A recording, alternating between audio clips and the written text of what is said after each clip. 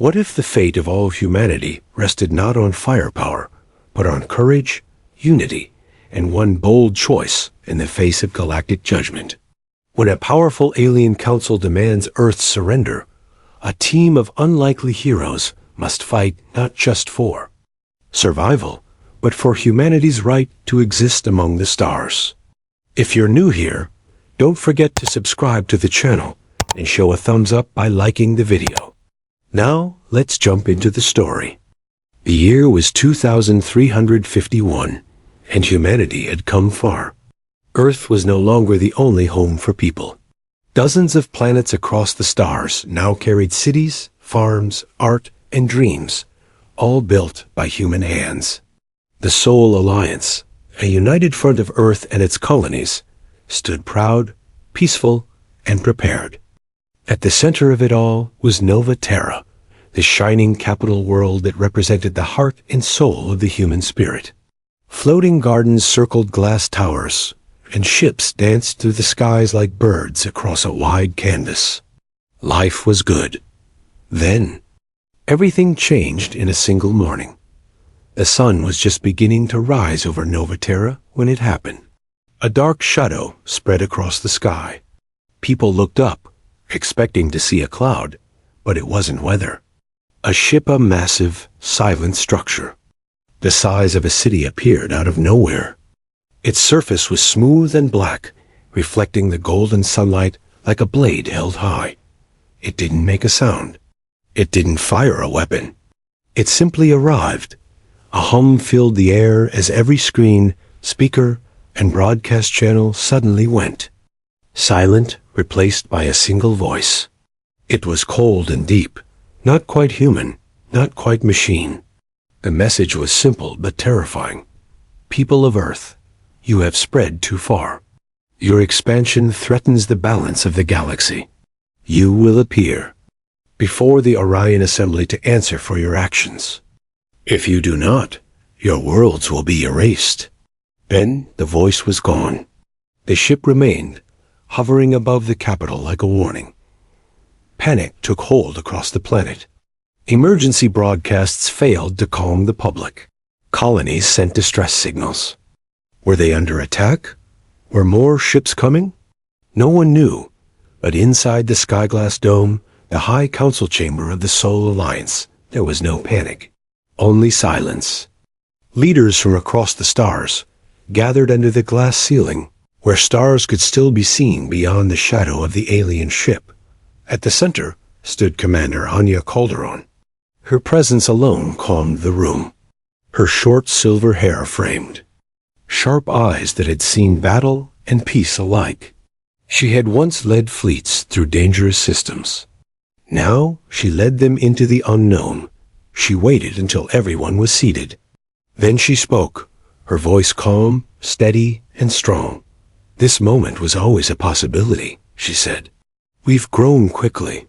We've brought life to dead worlds. But not everyone sees growth as peace. Some see it as a threat. She paused, looking each leader in the eye. But we are not afraid. We will answer the assembly, not with surrender but with truth. If they seek justice, we will speak. If they seek war, they will see what we are made of. Professor Dorian Keats, a quiet man with a mind as vast as the stars, stepped forward. He was a scholar of alien languages and ancient galactic systems. He adjusted his glasses and nodded. We've studied mentions of the Orion Assembly in fragments. Of lost data, he said. They are old. Very old. They have watched civilizations rise and fall for thousands of years. They believe themselves guardians of order. They may not welcome us, but they will listen. Captain Ryden Vale, standing near the door with arms crossed, didn't look convinced. He was a soldier young, brave, and full of fire. His voice was sharp when he spoke. And if they don't listen? Anya looked at him. She understood his fear, even if he tried to hide it. And we show them that respect is not asked for, it's earned. The room filled with quiet nods and serious eyes. A decision was made. A delegation would travel to the Orion Assembly's homeworld. They would speak on behalf of all humans. Commander Calderon would lead. Professor Keats would guide them. And Ryden Vale, despite his youth, would protect them. The ship prepared for their journey was named the Unity Ray, a vessel designed not just for speed, but for peace. Its surface shimmered with a pattern of all the known worlds of the soul.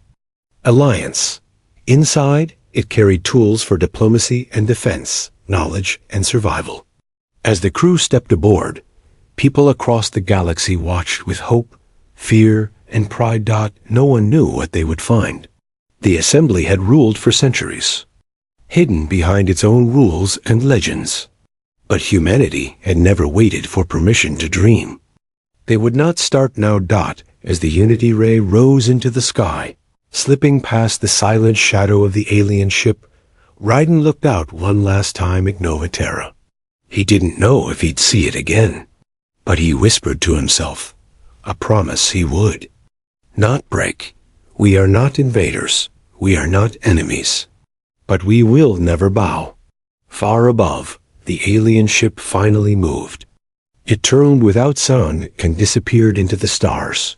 As suddenly as it had come, the warning had been given. The trial had begun. The Unity Ray moved through space like a silent promise. It carried no weapons on display, no banners of war, only the hope of an entire species packed into its glowing hull. Inside the ship, every person felt the weight of the moment. They weren't just going to another planet. They were heading into the unknown to face a power that could wipe them out without lifting a hand. No one said it out loud, but the fear sat heavy in their hearts. Captain Ryden Vale stood in the training chamber, staring at the metal wall as if it might suddenly turn into a monster. He had trained for war. He had flown into pirate zones and defended colonies under fire. But this was different. This time, he wasn't just fighting to survive.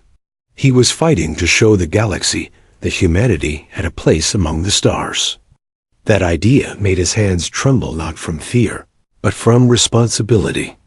Across the hall, Professor Dorian Keats sat in front of a glowing table, data scrolling across his screen. His fingers moved carefully, studying old records, matching patterns, translating ancient symbols. He wasn't a soldier, but he knew words could build or break empires. He searched for anything that might help them understand the Orion Assembly, how they judged others, how they punished, how they listened. Nearby, Dr. Amira Solis watched videos of alien interactions. She had a gift understanding emotions, body language, nonverbal signals. She believed the assembly would test more than strength. They would look for honesty, unity, and purpose. Amira wasn't afraid of aliens. She was afraid humanity wouldn't speak with one voice when it mattered most. The crew moved through their duties quietly, each person focused, each one aware of how close danger was. The Unity Ray had weeks to go before reaching Orenthal, the planet where the Orion Assembly ruled. A time didn't ease the tension. If anything, it made it worse. Waiting was its own kind of trial. In the mess hall, Ryden sat alone until Amira joined him. She smiled gently, setting down a tray of food neither of them had an appetite for. "You look like someone about to walk into a storm," she said. Ryden chuckled, then sighed. "I don't even know what the storm looks like. That's the problem." Amira leaned back in her chair. "Storms are loud. This is different. This feels quiet. Like we're walking into a room where everyone already made up their minds about us." Ryden nodded, "And we just hope they're wrong." Every night, Commander Anya Calderon gathered her core team for short meetings. She didn't like long speeches. She preferred action, results, and clarity. But this mission required something else: hope. At each meeting, she reminded the crew what they were fighting for. Not power, not pride, just the simple right to exist freely, to grow, to explore, to live among the stars without fear. "The Assembly thinks they know us," she said one evening. "They see our ships, our speed, our energy. They think we're another threat. But they don't know our hearts. They don't know what we've survived to get here." One evening, as the ship neared the halfway point, something unusual happened. The sensors picked up a small vessel drifting in space. It didn't respond to signals. Anya made the choice to investigate. The Unity ray slowed and extended its docking bay. A small pod was brought aboard. Inside, they found a young alien, barely alive. Its skin shimmered like glass, and its eyes held more sadness than fear. Amira quickly brought it to the medbay, stabilizing it. The creature's name, they learned, was Tavi. It had escaped from a world punished by the Assembly for non-compliance. The details were unclear, but what was clear was this. The Assembly didn't only ask for peace, they demanded obedience. Tavi spoke little, but stayed close to Amira. When Raiden passed by, the creature blinked slowly and said, "You are strong. But not because you fight. You care. That is different." The presence of Tavi changed something in the crew. They stopped training only for defense. They started preparing for understanding. Keats adjusted his translations to consider ancient meanings of peace. Raiden worked with Amira on non-lethal strategies. Anya encouraged the crew to ask questions, to imagine what it would mean to truly represent humanity, not just as fighters, but as people. Finally, the day came when Orenthal came into view.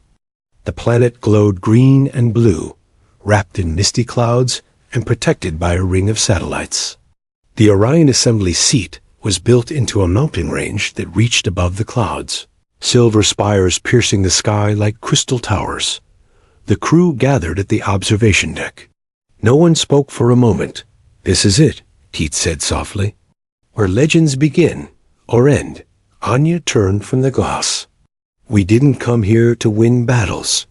We came to win understanding. Remember that." The Unity ray descended slowly. As it approached the Assembly's landing zone, dozens of alien ships lined the skies. A welcome or a warning? Raiden's fists tightened, but he kept his voice calm. One way or another, we're about to find out who they really are. And so the ship touched down.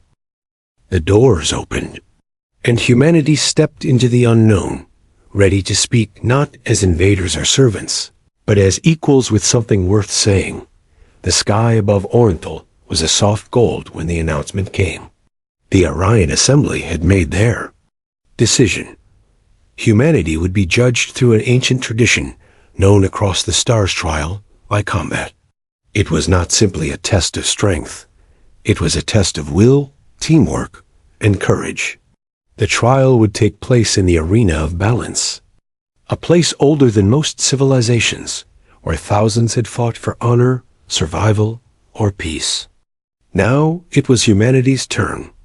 Commander Anya Calderon received the news with a quiet nod. She had expected something like this. The Assembly didn't believe in words alone. They respected action, but this wasn't a war. It was something far more dangerous, a test with everything at stake. If humanity's champions failed, the Soul Alliance could lose their colonies or worse, their very place in the galaxy. Got the crew of the Unity Ray gathered in the central chamber.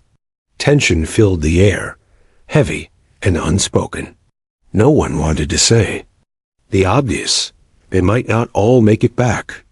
Anya stood at the front and spoke clearly, with no trace of fear in her voice. "This isn't about proving we're stronger," she said. "It's about showing we won't be pushed aside. We won't be ignored." The champions were chosen carefully. Captain Raiden Vale would lead the team. He was fast, smart, and steady under pressure. Beside him would be Mera Denari, a combat expert known for her speed and silent strikes. She moved like wind through the trees, graceful but dangerous. The third was Soren Tide, a former diplomat turned fighter after his home colony had been destroyed by raiders. Soren had once believed in peace more than anything else, but now he believed in defending the right to speak freely. Together, they represented more than strength. They carried humanity's pain, hope, and future as the team trained in the final. Ours, Dr. Amira Solis and Professor Keats, worked to gather any remaining information about the enemy fighters. The assembly had selected their own champions, 3 towering beings bred for battle, with armor that shimmered like starlight and eyes that glowed faintly in the dark. Tavi, the small alien rescued by the Unity Ray, approached Mira during one of her breaks. "They are strong," Tavi said softly, "but they have no soul in their fight. You fight with meaning. That is harder to defeat." Mira knelt down to Tavi's level and gave a gentle smile. "Then we'll make sure they see that." The night before the trial, the crew gathered for a quiet meal. No one ate much. They shared a few stories, memories of Earth, of lost worlds, of things they missed. Raiden spoke last, his voice calm and steady. "We're not just here to survive this," he said. "We're here to show them what it means to be human, to care, to choose, to stand for something bigger than ourselves." At sunrise, the arena of balance came alive with sound. Species from across the stars had come to watch. Giant screens hovered above the field. The ground shimmered, made of stone and metal, with shifting platforms and hidden traps. This was not a flat battleground. It was a maze meant to challenge. Both mind and body, the human champions stepped onto the field in dark armor, light and flexible, designed for movement. Their weapons were crafted not to kill, but to disable and defend. Across from them, the Assembly's champions towered like machines, with weapons fused to their limbs and skin like polished steel. The crowd fell silent. A glowing projection of a council elder appeared above the arena. "Begin." Chaos broke out instantly. One of the Assembly warriors charged forward with a speed that shocked even Raiden, forcing him to roll aside and respond with a blinding counterattack. Mira vanished into the maze, using shadows and silence to stay hidden. Soren took high ground, analyzing the field and watching for patterns. The battle was not simple. Every moment demanded focus. Every movement could be a mistake. Raiden clashed again and again with his opponent, learning quickly that brute force wouldn't win. He began to redirect attacks, using the warrior's weight against him. Meanwhile, Mira found her target, one of the champions who relied on power, not precision. She led him into a narrow tunnel, where his size became a disadvantage. Her movements were too fast, her strikes too quick. She brought him down without needing to finish the fight. He yielded, gasping. "SOR." En faced a different challenge. His opponent was tactical and cold, moving with purpose. But Soren adapted. He activated traps, drew the fighter into corners, and then used a stun pulse to disable her weapon system. When given a chance to end it, he paused. "I won't destroy what I can defeat with choice," he said aloud. The crowd stirred. Mercy was rare in this arena. With 2 opponents down, only one remained. Raiden, bruised and breathing hard, faced the final champion. Their blades met again and again, the sound echoing through the arena like thunder. Then Raiden did something unexpected. He dropped his weapon and stepped back. "We don't need to end this in pain," he said. The champion froze.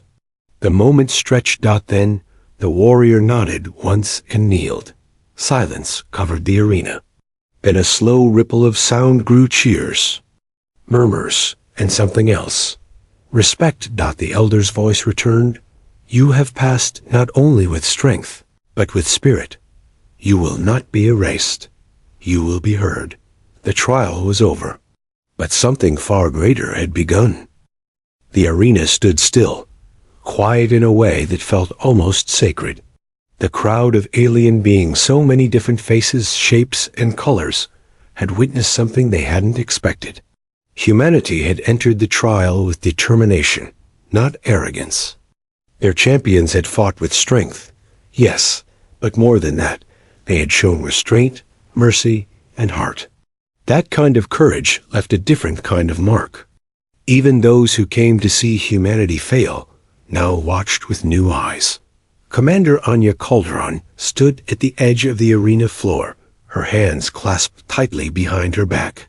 She had seen battles, negotiations, and betrayals, but never had she witnessed such a powerful silence. When the final champion of the assembly knelt, in surrender, not in defeat, but in recognition, it had shifted something. Not just in the trial, but in the room, in the hearts of those watching. Something old had cracked, and something new was being born. High above, the Council of Elders gathered in a private chamber of the Orion Citadel. The chamber was dim, lit only by soft blue light that shimmered across their robes. They had ruled the galaxy for centuries through judgment and fear, guided by strict order. Yet even they could not ignore what they had seen. One of the oldest. Among them, his voice thin but strong, broke the silence. They did not seek to destroy, even when given the chance, he said. They asked for respect, not power. Another elder, her voice slow and careful, added, "Perhaps it is not only their strength we should consider, but their choices." A vote was held. Quiet, private, historic.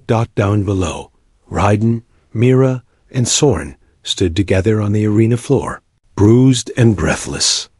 But they were not tired. They were awake in a way they had never been before. They had carried the hopes of their people on their shoulders, and now they could feel the weight lifting. Mira looked up at the stands and spotted Tavi, the small, alien child who had believed in them from the start. Tavi was smiling, eyes wide with pride. That tiny gesture meant more than any medal. Shortly after, the announcement came. A hologram appeared above the arena, glowing softly. One of the elders, his expression unreadable, spoke in a clear, steady voice. "Representatives of Earth and the Soul Alliance, your champions have completed the trial with honor. Not only have they proven capable, but they have shown a path forward that we have long forgotten. You are no longer under review. You are welcomed." The crowd burst into a wave of sound cheers, applause, and even quiet gasps of disbelief. It was done. Humanity had not only survived, they had been invited to take a seat among the stars. As equals, back aboard the Unity Ray, the crew gathered in the command deck. Anya stood in front, flanked by Raiden, Mira, Soren, and the others who had helped make the impossible possible. Her voice was softer than usual, but it carried. "We came here prepared for the worst," she said. "What we found was something greater. A new beginning, not just for us, but maybe for others who have been waiting to be heard." Dr. Amira Solis stepped forward. "We've proven that understanding can stand next to strength. That kindness doesn't make you weak. It makes you worthy." There were nods all around. Laughter, too. Even a few tears. In the following days, talks began between human delegates and members of the assembly. The discussions were still careful, sometimes tense, but there was something new in the air. Respect. Humanity was given a place in the High Forum, a council that advised on matters of peace, development, and galactic law. But more than that, they were now seen not as outsiders, but as contributors. One morning, Tavi visited the human quarters. The little alien handed Mira a small, glowing stone. It pulsed with soft colors, changing with touch. "This is from my home," Tavi said quietly. "It's called a Heartstone. It only glows when it's near something true." Mira accepted it with gentle hands. "Then I guess it belongs here." The gesture was small, but powerful. It reminded them all that peace was built one choice at a time, one voice at a time.